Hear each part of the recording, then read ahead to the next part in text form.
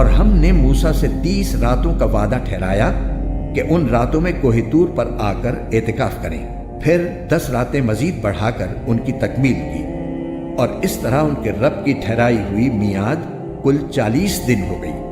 اور موسیٰ نے اپنے بھائی ہارون سے کہا کہ میرے پیچھے تم میرے قائم مقام بن جانا، تمام معاملات درست رکھنا اور مفسد لوگوں کے پیچھے نہ چلنا۔ اور جب موسیٰ ہمارے مقررہ وقت پر پہنچے اور ان کا رب ان سے ہم کلام ہوا تو وہ کہنے لگے، میرے پروردگار مجھے دیدار کرا دیجئے کہ میں آپ کو دیکھ لوں۔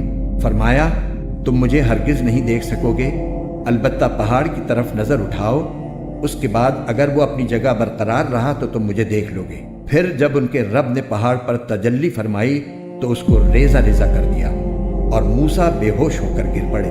بعد میں جب انہیں ہوش آیا تو انہوں نے کہا، پاک ہے آپ کی ذات، میں آپ کے حضور توبہ کرتا ہوں اور آپ کی اس بات پر کہ دنیا میں کوئی آپ کو نہیں دیکھ سکتا میں سب سے پہلے ایمان لاتا ہوں۔ فرمایا، اے موسیٰ، میں نے اپنے پیغام دے کر اور تم سے ہم کلام ہو کر تمہیں تمام انسانوں پر فوقیت دی ہے، لہٰذا میں نے جو کچھ تمہیں دیا ہے اسے لے لو اور ایک شکر گزار شخص بن جاؤ۔ اور ہم نے ان کے لیے تختیوں میں ہر قسم کی نصیحت اور ہر چیز کی تفصیل لکھ دی اور یہ حکم دیا کہ اب اس کو مضبوطی سے تھام لو اور اپنی قوم کو حکم دو کہ اس کے بہترین احکام پر عمل کریں۔ میں عنقریب تم کو نافرمانوں کا گھر دکھا دوں گا، میں اپنی نشانیوں سے ان لوگوں کو برگشتہ رکھوں گا جو زمین میں ناحق تکبر کرتے ہیں، اور وہ اگر ہر طرح کی نشانیاں دیکھ لیں تو ان پر ایمان نہیں لائیں گے، اور اگر انہیں ہدایت کا سیدھا رستہ نظر آئے تو اس کو اپنا طریقہ نہیں بنائیں گے، اور اگر گمراہی کا راستہ نظر آ جائے تو اس کو اپنا طریقہ بنا لیں گے۔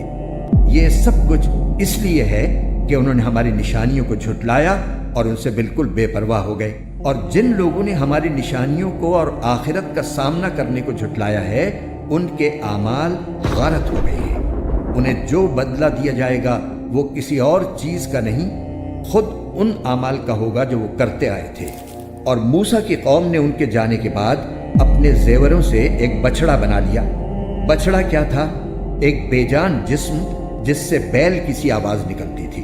بھلا کیا انہوں نے اتنا بھی نہیں دیکھا کہ وہ نہ ان سے بات کر سکتا ہے اور نہ انہیں کوئی راستہ بتا سکتا ہے، مگر اسے معبود بنا لیا اور خود اپنی جانوں کے لیے ظالم بن بیٹھے۔ اور جب اپنے کیے پر پچھتائے اور سمجھ گئے کہ وہ گمراہ ہو گئے ہیں تو کہنے لگے، اگر اللہ نے ہم پر رحم نہ فرمایا اور ہماری بخشش نہ کی تو یقیناً ہم برباد ہو جائیں گے۔ اور جب موسیٰ غصے اور رنج میں بھرے ہوئے اپنی قوم کے پاس آئے تو انہوں نے کہا، تم نے میرے بعد میری کتنی بری نمائندگی کی، کیا تم نے اتنی جلد بازی سے کام لیا کہ اپنے رب کے حکم کا بھی انتظار نہیں کیا؟